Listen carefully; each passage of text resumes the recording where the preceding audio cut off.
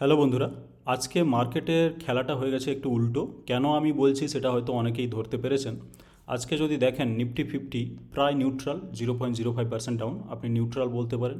Nifty bank হচ্ছে 0.98% up, মানে হঠাৎ করে ব্যাংক নিফটি কিন্তু অনেকটাই লাফিয়ে উঠেছে। আর নিফটি ব্যাংক এইভাবে 1% লাফানো সত্ত্বেও কিন্তু নিফটি ফিফটি লাফাতে পারেনি। এটা আমি নিউট্রাল থেকে নেগেটিভ বলবো।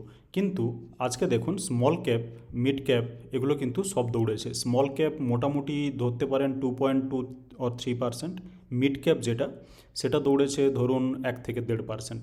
তো সে কারণে আজকে দেখছি অনেক দিন পরেই কিন্তু যে নিফটি ফিফটি বা ব্যাংক নিফটির থেকে কিন্তু স্মল ক্যাপ মিড ক্যাপ স্টকগুলো ভালোই দৌড়েছে আজকে। এবং যদি আপনি ইন্ডিভিজুয়াল স্টকে যান তাহলে কিন্তু 4, 5, 6, 10% মতো কিন্তু স্টক দারুণভাবে দৌড়েছে। আমাদেরও কয়েকটা স্টক যেগুলো আমি আগে ভিডিও বানিয়ে দিয়েছি, সে ধরনের কয়েকটা স্টকও আজকে কিন্তু 7, 8, 10% মতো দৌড়েছে।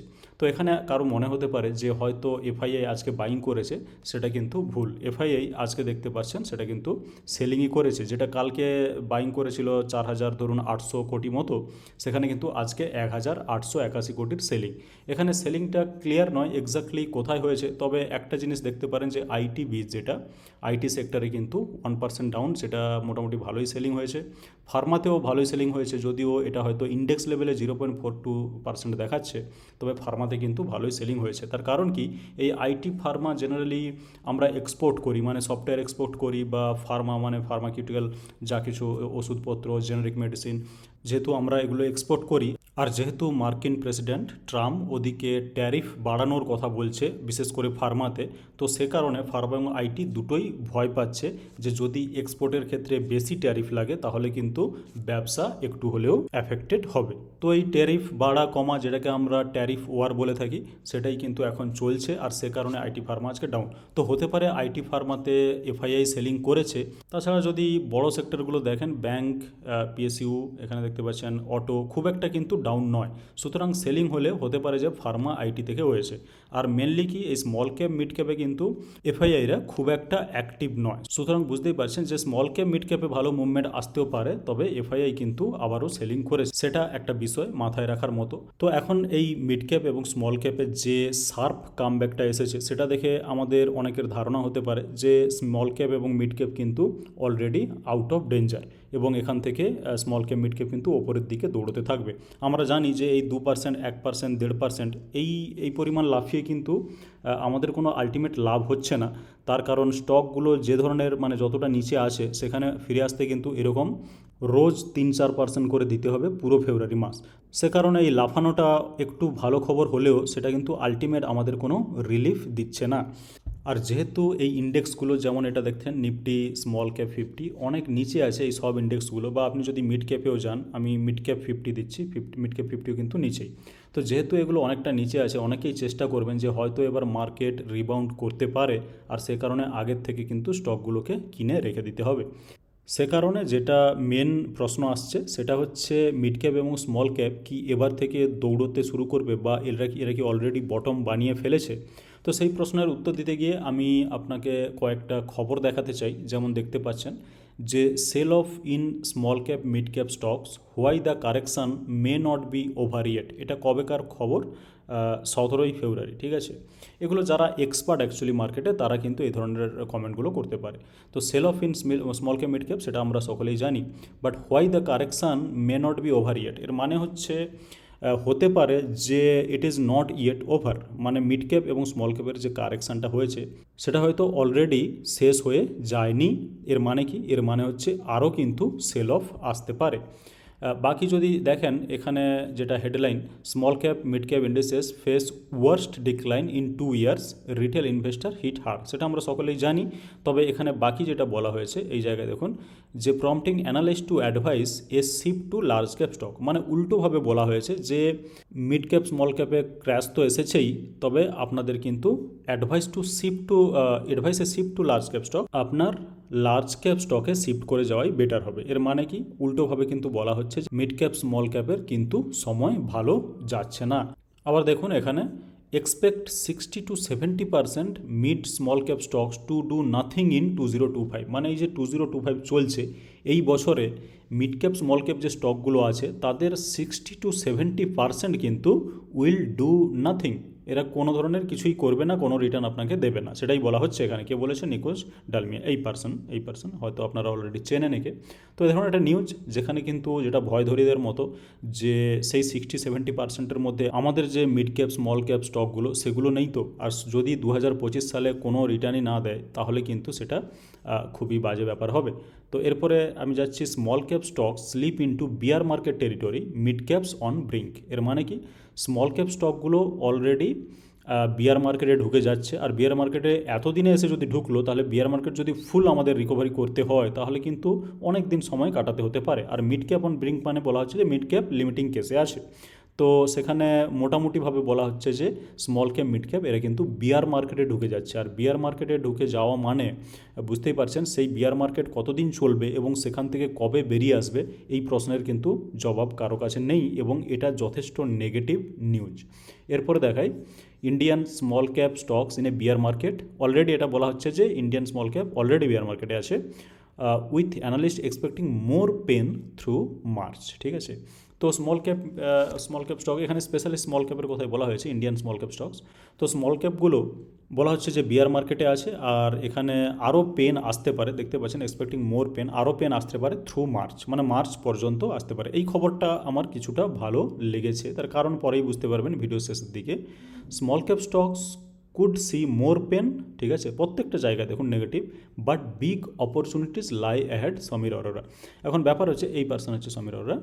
ব্যাপার হচ্ছে এখানে যেভাবে বলা হয়েছে এই দুটোর কিন্তু মানে এই দুটো কথা, small cap stocks could see more pain but big opportunities lie ahead, মানে বলা হয়েছে যে এটা ডাউন যেতে পারে, আবার বিগ অপরচুনিটি লাই হেড মানে বড় অপরচুনিটি কিন্তু আসছে। তবে ওই স্টক নিচের দিকে যাওয়ার পরে সেটাকে আমি অপরচুনিটি তখনই বলবো যখন সেই স্টকগুলো ওই নিচ থেকে আবার ওপরের দিকে যেতে শুরু করবে। সুতরাং এই কথাটার অ্যাকচুয়ালি সেভাবে দেখতে গেলে কিন্তু নেগেটিভ পজিটিভ হয়ে এর কোনো মানে নেই। তবে মোটামুটি যেটা বলা হয়েছে যে clearly could see more pain, ঠিক আছে, তো আরও পড়তে পারে। তো স্বাভাবিক মানে রিটেল ইনভেস্টার হিসেবে আমাদের কী করণীয়? আমাদের যেগুলো বড় এক্সপার্টরা মার্কেটের বলছে সেটাকেই কিন্তু আমাদের মেনে চলা উচিত। তো এখন যেটা করব আমরা সেটা হচ্ছে এখানে মিড ক্যাপ এবং স্মল ক্যাপে একটু টেকনিক্যালটা দেখে নেব যে টেকনিক্যাল কী বলছে এদের। এটা দেখতে পাচ্ছেন যে নিফটি মিড ক্যাপ 50, ঠিক আছে, এটা লাগানোই আছে। এটা ওয়ান ডে চার্ট, সেটা খেয়াল রাখতে হবে। আমি যদি জাস্ট ওয়ান ডে মানে আজকের দিনের চার্টটাতে যাই, বা আমি হয়তো এখানে একটু বড় করে নেবো চার্টটাকে, তো এটা আজকের দিনের চার্ট, পিকচারটা অনেকটা এরকম। এখানে ক্লিয়ারলি দেখতে পাচ্ছেন যে 200 ডেজ এমএ এবং পিভট দুটোর ওপরেই কিন্তু যথেষ্ট ওপরে কিন্তু ভালো রকমই ক্লোজিং দিয়েছে। এবার একটু যদি স্কুইজ করে নেন তাহলে বুঝতে পারবেন যে একটা ট্রেন্ড রিভার্সালের মতো হচ্ছে। এখানে যেটা ওপরে যাচ্ছিল, এই জায়গাতে যেটা ওপরে যাচ্ছিল সেটা কিন্তু তারপরে আবার নিচে আসে, মানে এইগুলোকে সিঁড়ির ধাপ ভাবুন, মানে যেগুলো পিভটগুলো। তো এখানে একদম ন্যারো একটা স্ট্রিপ বানিয়েছে, তারপরে কিন্তু আবার নিচে আসতে শুরু করেছে।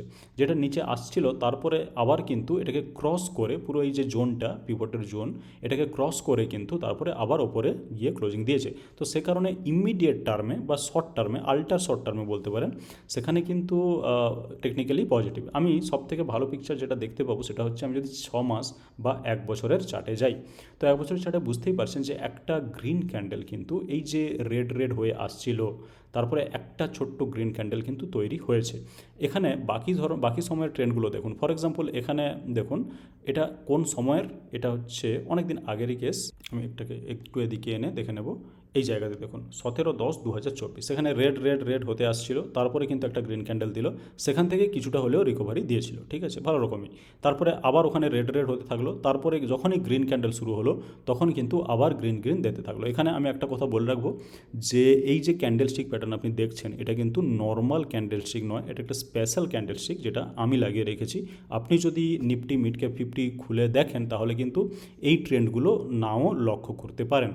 তো যাই হোক, এই গ্রিনের পরে এরকম গ্রিন এতদিন এসেছে, তারপরে এই রেড আসার পরে আবার গ্রিন থেকে দেখতে পাচ্ছেন 2-3 দিন মোটামুটি ঠিকঠাক পজিটিভ ছিল। এটা হচ্ছে ওয়ান ডে চার্ট, মানে প্রত্যেকটা ক্যান্ডেল হচ্ছে এক একটা দিন।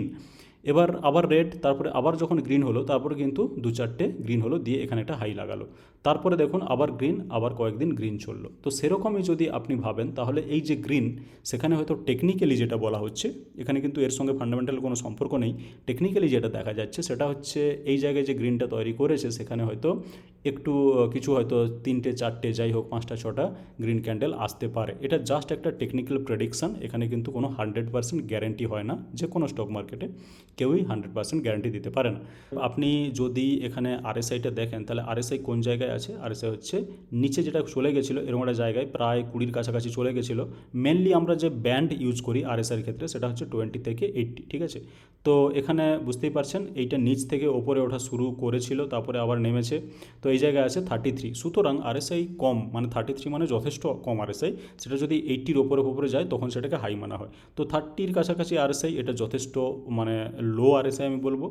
এছাড়া যে ম্যাকডি যেটাকে আমরা বলা হয় মুভিং অ্যাভারেজ কনভার্জেন্স ডাইভারজেন্স, এখানে দেখুন এই জায়গাতে কিন্তু একটা ক্রস করেছিল, তারপরে আবার নিচে এসে আবার হয়তো ক্রস করার চেষ্টা করছে। তার কারণ এখানে হিস্টোগ্রাম দেখুন, এই জায়গাতে কিন্তু এই রেড হওয়ার পরে একদম ক্রস হয়ে কিন্তু একটা গ্রিন ক্যান্ডেল দিতে শুরু করেছে। তো টেকনিক্যালি প্রত্যেকটা জিনিসই যেটা আমরা দেখলাম সেটা হচ্ছে পজিটিভ। আরেকটা জিনিস যেটা আমরা স্টাডিজ এখানে লাগিয়ে দেখে নিতে চাই, ফর এক্সাম্পল বলিঞ্জার ব্যান্ডস, ঠিক আছে। তো বলিঞ্জার ব্যান্ডস আমাদের কি বলছে সেটা একটু দেখে নেওয়া যাক। এই জায়গায় যদি দেখেন বলিঞ্জার ব্যান্ডসের কিন্তু এটা নিচে একদম ক্রস করে বেরিয়ে চলে এসেছিল, আর তারপরে যে গ্রিন ক্যান্ডেলটা দিয়েছে সেটা কিন্তু বলিঞ্জারের একদম লোয়ার পার্টে। এই জায়গায় দেখুন এখানেও মোটামুটি বেরিয়ে চলে এসেছিলো একটা ক্যান্ডেল, তারপরে কিন্তু সামলে নিয়ে বলিঞ্জারের ওপরের দিকে গিয়েছিল। তো এখানে ক্লিয়ারলি বুঝতে পারছেন যে বলিঞ্জারের একদম নিচের দিকে কিন্তু আছে গ্রিন ক্যান্ডেলটা, ঠিক আছে। এখানে বেরিয়ে আসার পরে এটা সামলে নিয়েছে, আর তারপরে কিন্তু পুরো গ্রিন ক্যান্ডেল বলিঞ্জার ব্যান্ডের মধ্যেই কিন্তু তৈরি হয়েছে। তো বুঝতেই পারছেন টেকনিক্যালি এটাকে আমরা যেভাবে মানে টেকনিক্যাল স্টাডি করি সেই অনুযায়ী কিন্তু পজিটিভ, কিন্তু টেকনিক্যাল কখনো 100% কারেক্ট হয় না। এখানে বেরিয়ে আসার চেষ্টা করেছিল, তারপরে রিকভারি, এখানে বেরিয়ে আসার চেষ্টা করেছিল, তারপরে রিকভারি বলতে পারেন বা সামলে নিয়েছে বলতে পারেন। এই জায়গায় বেরিয়ে আসার চেষ্টা করছিল, তারপরে কিন্তু ওপরের দিকে গিয়েছে। এখানে নিচে বলিঞ্জার ব্যান্ডে টাচ করেছিল, তারপরে কিন্তু ওপরেই গিয়েছে। তো এরকম একটা ব্যাপার, এখানে টাচ করেছিল বুঝতেই পারছেন, তারপরে কিছুটা উপরে, এখানে বেরিয়ে চলে এসেছিলো অ্যাকচুয়ালি, তারপরে কিছুটা রিকভারি। তো এইভাবে যদি আপনি বলিঞ্জার ব্যান্ড দেখতে থাকেন তাহলে কিন্তু এরকমই কিছু দেখতে পাবেন ছবি। এখানে বেরিয়ে এসেছিলো গ্রিন, এখানে বেরিয়ে এসেছিলো, তারপরে গ্রিন, এখানে বেরিয়ে এসেছিলো গ্রিন, ঠিক আছে, এখানে টাচ করেনি যদিও, তারপরে গ্রিন। তো এখানে আমরা সেরকম একটা জায়গাতেই আছি, যেটা কোথায়, সেটা হচ্ছে বলিঞ্জার ব্যান্ডের একেবারে নিচের দিকে। আর এটা আমরা কি দেখছি, এটা হচ্ছে নিফটি মিড ক্যাপ 50 দেখছি, ঠিক আছে। আর ওয়ান ডে যদি চার্টে যান, আমি যদি জাস্ট আজকের চার্টে যাই তাহলে ছবিটা কিছুটা এরকম। এর মানে কি, এর মানে হচ্ছে শর্ট টার্মে, মানে একদম 5 মিনিটের চার্ট আমরা এখন দেখছি, এখানে কিন্তু একদম নিচের থেকে ভালো রকমই ওপরে গিয়েছে এবং বলিঞ্জার থেকে বেরিয়ে গিয়েছে। আর যখনই বলিঞ্জার থেকে বেরোলো তারপরে দেখতে পাচ্ছেন যে রেড ক্যান্ডেল কিন্তু আসা শুরু হয়ে গেছে। তবে শর্ট টার্মের ক্ষেত্রে দেখলে কি বোঝা যাচ্ছে যে এটা কিন্তু যে কোনো মুহূর্তে বলিঞ্জারের নিচের দিকে কিন্তু আসতে পারে। সুতরাং শর্ট টার্মে, একদম শর্ট টার্মে যদি আমি ভাবি তাহলে বলিঞ্জার কি বলছে যে এটা ওপরের দিকেই আছে, ব্যান্ডের নিচের দিকে আসতে কোনো এর সমস্যা নেই। আর যদি আমি একটু লং টার্ম ফ্রেমে দেখি, মানে যারা একটু মিডিয়াম টার্ম ইনভেস্টার বা লং টার্ম ইনভেস্টার, তাদের জন্য কিন্তু দেখতে পাচ্ছেন যে একেবারে একটা ক্লিন গ্রিন ক্যান্ডেল কিন্তু তৈরি হয়েছে বলিঞ্জার ব্যান্ডের নিচের দিকে। তো এটা হচ্ছে নিফটি মিড ক্যাপ 50। আমরা যদি একটু স্মল ক্যাপ দেখে নিই, ফর এক্সাম্পল আমি দেখবো যে নিফটি স্মল ক্যাপ 100 দেখবো, ঠিক আছে। আপনি যদি 100 দেখেন তাহলে এইটা এরকম চার্ট, আমি 6 মাসের যদি লাগাই সেটা হচ্ছে এরকম, সেটা 100ই দেখুন, বা স্মল ক্যাপ এখানে ধরুন 50 দেখুন, বা আমি যদি 250ও লাগাই তাহলে কিন্তু একই ধরনের চার্ট দেখতে পাচ্ছেন, মনে হচ্ছে আপনি সেম চার্ট দেখছেন, যদিও কিন্তু এগুলো আলাদা আলাদা, ঠিক আছে। তো আমি জাস্ট 100টাকে নেব এবং সেখানে কিছুটা টেকনিক্যালি দেখার চেষ্টা করব যে কী হচ্ছে। তো ওয়ান ডে চার্ট, এখানে যদি জাস্ট আজকের চার্টে আসি তাহলে এখানেও ছবিটা পুরোপুরি ক্লিয়ার, যে 200 ডেজ ইএমএ এবং পিভট এই দুটোর কিন্তু ওপরে গিয়েই ক্লিয়ার ক্লোজিং দিয়েছে। এরপরে আমরা একটু লং টার্মে দেখে নেব, আমি যদি এটাকে বড় করে দেখে নিতে চাই তো ছবিটা হচ্ছে এইরকম, ঠিক আছে। এটা কি, এটা হচ্ছে নিফটি স্মল ক্যাপ 100। তো বলিঞ্জার ব্যান্ড এখানে একটু ভালো করে দেখুন, নিচের দিকেই কিন্তু বলিঞ্জার ব্যান্ডের একেবারে লোয়ার জায়গাতেই কিন্তু আছে। বাকি অনেক সময় লোয়াতে এসেছিলো, ফর এক্সাম্পল এই জায়গায় লোতে এসেছিলো, তারপরে একটু সামলে নিয়েছে, এই জায়গায় লোতে এসেছিলো, তারপরে সামলে নিয়েছে। তো সেখান থেকে হয়তো মনে হচ্ছে যে এখান থেকে কিছুটা সামলে নিতে পারে, কিন্তু সেই সামলানোর গ্যারান্টি যদি আপনি দিতেও চান যে হ্যাঁ কিছুটা সামলে নেবে, তবে সেখান থেকে যে র্যালি শুরু হবে সেটা কিন্তু এখান থেকে বলা সম্ভব নয়। যেমন এখানে দেখতে পাচ্ছেন যে একটা র্যালি দিয়েছিল ভালো মতোই, তো সেই গ্যারান্টি কিন্তু বলিঞ্জার ব্যান্ড দেখে বলা সম্ভব নয়। তো তবে কি হ্যাঁ, যেটা বলিঞ্জার ব্যান্ডের একেবারে নিচের দিকে আছে সেই জিনিসটা পুরোপুরি ক্লিয়ার। ফর এক্সাম্পল কিছু কিছু জায়গায় দেখুন বলিঞ্জার ব্যান্ডের ওপরের দিকে ছিল, ফর এক্সাম্পল এই জায়গায়, ঠিক আছে, তো সেখান থেকে ফল করেছে, বা এই জায়গায় সেখান থেকে ফল করেছে, স্বাভাবিক। এই জায়গায় ওপরেই ছিল এবং এখানে ন্যারো ছিল অ্যাকচুয়ালি বলিঞ্জার ব্যান্ড, তো সেখান থেকে ফল করেছে। তো ক্লিয়ারলি আমরা ওপরের দিকে নেই সেটা ঠিক, তবে এখান থেকেই যে মার্কেট বা এখান থেকে যে নিফটি স্মল ক্যাপ এবং মিড ক্যাপ এরা দৌড়বে সেটারও কিন্তু গ্যারান্টি দেওয়া যাচ্ছে না। আরএসআইটা দেখুন, আরএসআই কিন্তু চমৎকার আরএসআই, এই জায়গাতে এটা প্রায় 25-এর কাছাকাছি আরএসআই। সুতরাং যথেষ্ট লো আরএসআই, এবং লো আরএসআইতে ইনভেস্ট করাটা আমরা সকলেই চাই যে আমরা লো আরএসআইতে ইনভেস্ট করি বা লো পিতে ইনভেস্ট করি, ঠিক আছে। আর এমএসিডি দেখুন, এমএসিডিও ভয়ঙ্কর রকমের একদম নিচে -584-এ চলে গেছে। এতটা কিন্তু এই যে যতটা চার্ট আপনি দেখতে পাচ্ছেন এখানে আমি স্কুইজ করেছি, এতদিনেও কিন্তু একমাত্র এই জায়গায় এসেছিল। সেটা কবে? সেটা হচ্ছে 2020-র মার্চে, বুঝতেই পারছেন। তো আজকে এমএসিডি স্মল ক্যাপের যে জায়গায় আছে -587 মতো, সেটা কিন্তু কেবলমাত্র এসেছিল এই 2020-র কোভিড সেলে, ঠিক আছে, যেখানে কোভিডে এত বড় ক্র্যাশ হয়েছিল সেখানে এসেছিল। তারপরে কিন্তু আর কোথাও দেখতে পাচ্ছেন এই লাইনটা কিন্তু এমএসিডি টাচ করছে না। তো এমএসিডি আরএসআই সবই লোতে, এবং বলিঞ্জার ব্যান্ডের একেবারে আমরা লো এন্ডেই কিন্তু আছি, মানে লোয়ার বাউন্ডারিতে কিন্তু আছি। তো এই জিনিসগুলো বা এই টেকনিক্যালগুলো কিন্তু মাথায় রেখে চলতে হবে। তবে হ্যাঁ, টেকনিক্যাল কিন্তু 100% আপনাকে কিছু বলবে না। টেকনিক্যাল বলছে কি যে হ্যাঁ আপনি একদম নিচের দিকেই আছেন, সে বিষয়ে কোনো সন্দেহ নেই। তবে এই যে নিউজগুলো দেখালাম সেগুলো তো প্রত্যেকটাতেই কিন্তু আরও পেন মোটামুটি ভয় ধারানো কথাবার্তা বলা আছে। এখন আমার কি মতামত? আমার পার্সোনাল মতামত এই যে আপনি মিড ক্যাপ এবং স্মল ক্যাপ এখানে ইন্ডেক্স ওয়াইজ দেখার চেষ্টা করবেন না। মোটামুটিভাবে আপনি যেটা করতে পারেন সেটা হচ্ছে স্মল ক্যাপ এবং মিড ক্যাপের মধ্যে যে স্টকগুলো আছে সেই ইন্ডিভিজুয়াল স্টকে লক্ষ্য রাখুন, কোন স্টকগুলো ভালো রেজাল্ট দিয়েছে, কোন স্টকগুলো খারাপ রেজাল্ট দিয়েছে। যদি ভালো রেজাল্ট দেয়, অ্যাকচুয়ালি আমাদের চ্যানেলে আমরা ভিডিও দিয়েছি যে অনেক স্টক কিন্তু এখনও পর্যন্ত লাইফ টাইম হাইয়ের কাছাকাছি আছে, খুব একটা কিন্তু নিচে নামেনি, সেই ভিডিও কিন্তু আমাদের চ্যানেলে আছে। সুতরাং তারা কেন এতটা উপরে আছে এরকম মার্কেটে হেভি সেলিংয়ের পরেও? তার কারণ হচ্ছে সেগুলো যথেষ্ট ভালো রেজাল্ট দিয়েছে, সেগুলো ফান্ডামেন্টালি যথেষ্ট স্ট্রং। আবার কিছু উইকও আছে, তারা কিন্তু লাস্ট 3-4 বছরের লোতে কিন্তু নেমে গিয়েছে। সুতরাং আপনি যদি ওভারঅল স্মল ক্যাপ ইন্ডেক্স বা মিড ক্যাপ ইন্ডেক্স নিয়ে চলতে থাকেন তাহলে কিন্তু কমপ্লিকেশানস আসবে এবং কনফিউশন আসবে। সে কারণে আপনাকে ইন্ডিভিজুয়াল স্টকগুলো দেখতে হবে এবং সেগুলোকে বাছাই করে নিতে হবে যে কোনগুলো ভালো কোয়ার্টারলি রেজাল্ট দিচ্ছে। আর একটা পয়েন্ট বোঝাতে গিয়ে আমি জাস্ট একটা খবরে যেতে চাই, যেটা এই যে এই খবরটা, কেন আমি বলেছিলাম যে এই খবরটা আমার ভালো লেগেছে, বাকিগুলো হয়তো ভয় লাগেছে, ঠিক আছে, কিন্তু এইটা একটু ভালো লেগেছে। Why analyst expect more pain through March. তার কারণ হচ্ছে, মানে আমার এটা ভালো লেগেছে এই কারণে যে এখানে কিন্তু থ্রু মার্চের কথাটা মেনশান করা হয়েছে।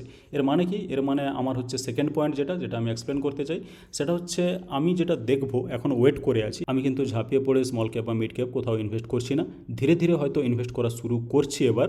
তবে মার্চ পর্যন্ত আমি কিন্তু ওয়েট করতে চাই। কি দেখতে চাই? মার্চের কোয়ার্টারের রেজাল্ট।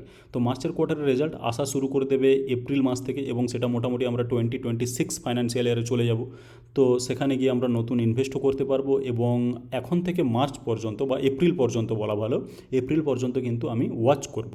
তো আমার মনে হয় এটাই করা বেস্ট হবে। মার্চ পর্যন্ত আপনার যে ফেভারিট স্টকগুলো সেগুলো বাছাই করে নিন এবং সেগুলোকে একটা ওয়াচ লিস্টে লাগিয়ে নিন এবং মোটামুটি ওয়াচ করতে থাকুন, তার প্রাইস মুভমেন্ট ওয়াচ করুন। আর যখন মার্চের কোয়ার্টার রেজাল্ট আসবে তখন কিন্তু সেটাতে রেজাল্টগুলোকে স্টাডি করুন। তো সেক্ষেত্রে আমার মনে হয় বেটার হবে ইমিডিয়েটলি ঝাঁপিয়ে পড়ে ইনভেস্ট করার থেকে এই যে স্মল ক্যাপ মিড ক্যাপ যে জাম্পটা দিয়েছে সেটা কি শর্ট লিভড হবে নাকি বেশ কিছুদিন টিকে থাকবে সেটা মোটামুটি দেখারই। তবে আমি যেটা বললাম, আমি নিজে কিন্তু হেভিলি ইনভেস্ট করছি না, ধীরে ধীরে মাল তুলতে শুরু করব।